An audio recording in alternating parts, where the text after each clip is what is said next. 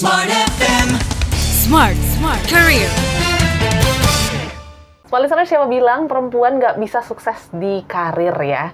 Karena sekarang banyak sekali gitu ya, bangku-bangku sudah disiapkan gitu untuk perempuan. Bahkan di BUMN sendiri, Audrey lupa sekitar 30% atau berapa persen gitu ya, memang disiapkan untuk perempuan yang ingin berkarir. Dan yang pasti ini peluang besar untuk kita para perempuan, sehingga kita pun bisa mengaktualisasikan diri dari pekerjaan kita. Dan kali ini kita juga akan pastinya melihat pengalaman, cerita, insight dari seorang profesional juga yang merupakan perempuan yang sukses di bidangnya. Ada Ibu Alexandra Aprilina selaku HR Advisor and Executive License Trainer, Coach, and Consultant. Hai, Bu Sandra. Hai juga, Audrey. Sudah menjadi profesional berarti berapa tahun? Persisnya 17 tahun di Astra, kemudian 16 tahun di Comvivar Group. Wah, start bekerja berarti berkarir kapan tuh, Bu? Umur berapa tuh? Setelah lulus S2 90. 90. Wow. Udah ketahuan umurnya ya. Tapi umur menandakan pengalaman juga dong gitu ya. Sudah sukses berkarir dan mungkin di tahun-tahun itu ya Bu, kita tahu bahwa mindset perempuan yang bekerja itu kayaknya gimana gitu ya. Kan perempuan harusnya melakukan tanggung jawab dan pekerjaan di rumah gitu. Tapi dulu mungkin back to 90s gitu ya. Apa yang membuat Ibu akhirnya yakin untuk terus berkarir gitu? Iya, saya sebenarnya diawali dari gini sih. Keluarga saya kan kebetulan keluarga ayah saya guru ya. Jadi dia bilang gini, mau laki mau perempuan punya kesempatan yang sama. Sayang dong emansipasi Ibu Kartini gitu ya. Nah, jadi kesempatannya nggak pernah dibedakan sih antara perempuan di keluarga saya, antara perempuan dan laki-laki. Terus perempuan juga malah lebih double nih peranannya, karena urusan rumah juga nantinya harus beres, tapi urusan di luar juga aktualisasi dirinya harus mesti jalan juga gitu ya. Kan kita nggak tahu, nggak selamanya juga akan didampingi oleh keluarga, nggak selamanya juga mungkin punya suami yang terus bisa mendampingi, jadi tetap harus mandiri.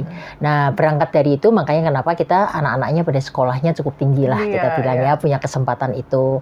Dan beruntungnya sebenarnya makin lama makin kesini itu peluang perempuan semakin besar, bahkan ada yang dikuotakan gitu ya. Ini loh sekian persen boleh perempuan gitu kan. Itu suatu hal yang menyenangkan. Cuma kalau saya sebagai perempuan sebenarnya nggak mau diperlakukan spesial seperti itu sih ya. Karena bukan masalah kuota atau jatahnya yang harus dicapai, tetapi kan juga kualitas dan hal yang di dalam diri perempuan itu yang memang bisa jadi keteladanan gitu. Yes. Seperti yang aku bilang tadi ya, pimpinan di BUMN bahkan 30, kalau nggak salah 30% gitu ya. Itu mungkin cara mereka untuk mendorong perempuan ya, Bu Sandra ya. Dan kalau lihat trennya sekarang, selaku HR advisor mungkin melihat perempuan-perempuan ini sudah mulai aktif menjadi profesional nggak sih dalam karirnya masing-masing, Bu Sandra? Betul, sudah sekali Audrey. Jadi peluangnya ada, kesempatannya ada, semua perempuan juga punya kesempatan berpendidikan tinggi dan punya pengalaman di mana saja. Tapi memang hambatannya kalau menurut saya bukan di perusahaan atau bukan di ini ya, tapi hambatannya lebih kalau saya lihat ke diri perempuan itu sendiri dan supporting sistemnya nih, keluarga di sekitarnya gitu ya. Karena kan kadang kan perempuan tuh membatasi diri gini loh. Oh ya, saya nggak mau ditempatkan di mana saja loh. Saya maunya di kota ini aja gitu. Ada peluang jabatan tinggi di kota lain. Kayaknya enggak deh ya. Nanti keluarga saya pindahannya gimana ya gitu. Nanti suami gimana ya gitu. Di rumah juga ada orang tua ya gitu. Jadi sebenarnya yang membatasi itu bukan karena kompetensinya dia sih, bukan karena pengalamannya, tapi lebih banyak pertimbangan-pertimbangan secara supporting system dan mungkin hambatan-hambatan di dalam dirinya gitu. Oh, nggak berani ini tampil ya, nanti ngalahin suami saya juga belum promosi, saya promosi nggak enakan lah gitu ya. Jadi lebih pada itu kalau menurut saya sih hambatannya gitu. Nah, itu kan yang harus dikomunikasikan, karena memang kita kan kita kalau berkarir di atas penderitaan keluarga juga nggak benar juga gitu. Tapi kita kemudian terhambat dan tidak melakukan sesuatu yang sebenarnya kita bisa mencapai sesuatu yang lebih tinggi juga enggak gitu. Jadi keseimbangan itu yang harus dibuat sih. Kita mungkin bahas tentang supporting system ya, karena ini yang sangat krusial gitu. Seorang ibu pastinya dan juga pekerja nggak bisa melepaskan tanggung jawab yang apa ya, mendasar yaitu mengurus rumah, Betul. anak dan lain sebagainya, suami dan lain sebagainya.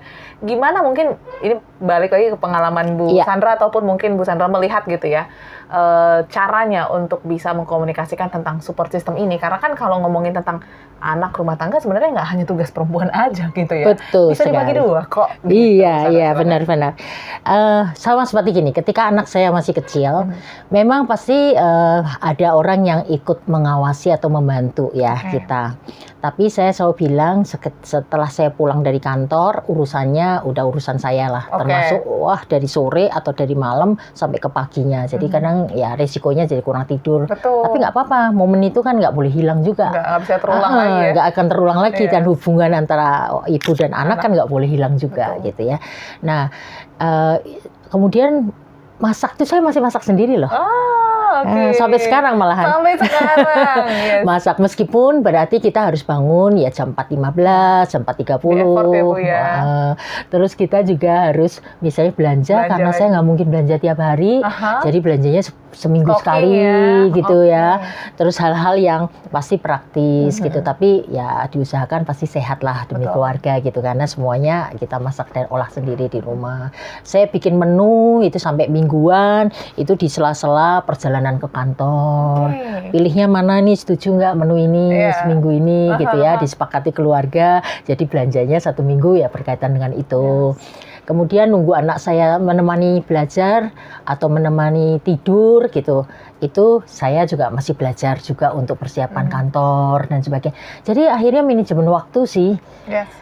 Dan tentu supporting sistemnya itu suami juga pasti mendukung ya. Nah, seperti suami akhirnya pada titik tertentu akhirnya jadi wira swasta, supaya kalau ada hal-hal yang terkait dengan dipanggil rapat oleh sekolah anak, pentas apa-apa, itu saya nggak perlu bolak-balik cuti sih gitu. Jadi Oke. suami yang mewakili gitu. Jadi itu juga diatur sih di dalam keluarga. Yes. Karena kan kita pengen keluarga tetap oke, harmonis, anak bukan kemudian ditinggalkan, akhirnya anak itu jadi kayak seperti nggak punya orang tua juga jadinya gitu ya. Karena kita juga harus punya komitmen kalau hal-hal yang kita harus datang seperti penerimaan rapor, dia pentas, dia punya keahlian yang mau ditunjukkan, kita harus lengkap datang sih. Wow, itu butuh effort yang besar gitu ya untuk bisa membagi waktu dan membagi diri gitu dari berbagai kegiatan ataupun aktivitas sehari-hari. Cuman yang mungkin menjadi challenge tadi ya seperti yang Bu Sandra katakan gitu ya, terlalu banyak pertimbangan sehingga jadi membatasi kemampuan perempuan itu sendiri. Padahal kemampuan perempuan multitasking dan lain sebagainya itu sangat menonjol gitu di antara orang-orang yang lain. Betul. Gimana sih Bu tips and triknya supaya perempuan ini juga yang mungkin masih banyak membatasi diri gitu ya akan pertimbangan-pertimbangan yang ada, bisa dengan rasional memilih keputusan yang tepat untuk karir mereka? Ya. Sebenarnya perempuan itu yang paling utama adalah dia punya percaya diri bahwa dia itu pasti mampu gitu. Oke. Ya. Ya. Tapi mampu nggak cukup, dia harus mau juga gitu. Untuk mau ada konsekuensi-konsekuensinya.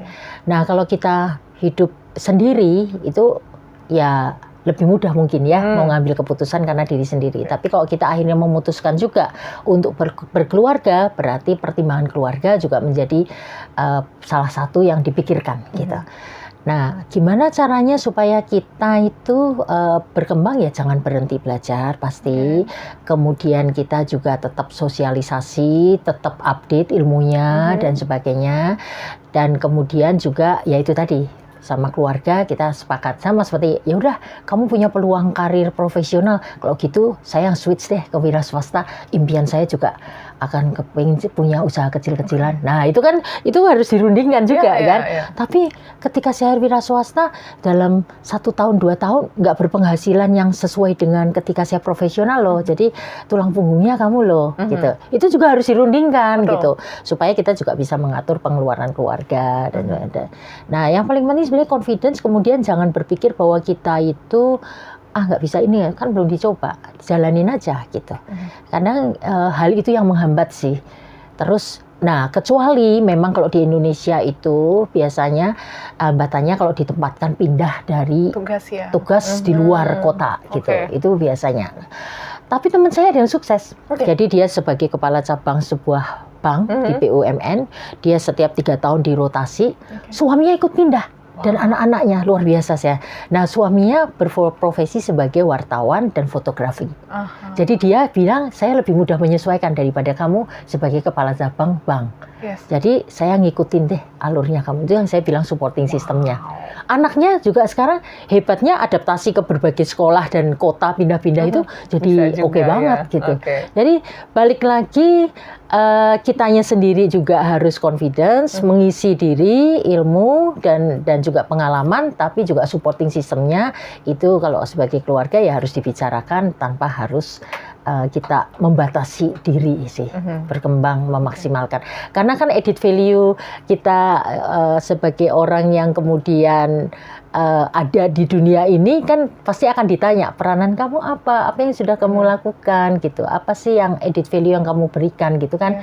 Kita harus bisa menjawabnya juga dengan pendidikan kita, dengan pengalaman kita udah beri apa untuk negara ini kan gitu ya. Ya. Oke. Mungkin satu yang menarik ya Bu ya, terkait dengan jenjang karir perempuan, mungkin ada yang perempuan yang fokus dengan karirnya sehingga tidak memikirkan, karena kan kalau kita ngomongin tentang suami ataupun pria ini makhluk ego katanya gitu ya. Terus kalau karir lebih tinggi, terus juga gajinya lebih tinggi, ini bisa mencoreng pride-nya mereka gitu. Dan tadi apresiasi tuh untuk temannya Ibu ya, karena suaminya bisa berbesar hati menerima itu. Tapi nggak semua suami bisa menerima itu.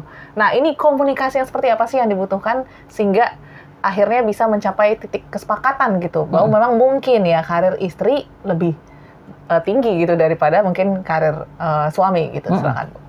Kalau saya memandang kalau kita sudah memutuskan sebagai satu keluarga itu nggak bisa seperti itu ya. Oh kamu ini peranannya kamu ini saya harus lebih tinggi.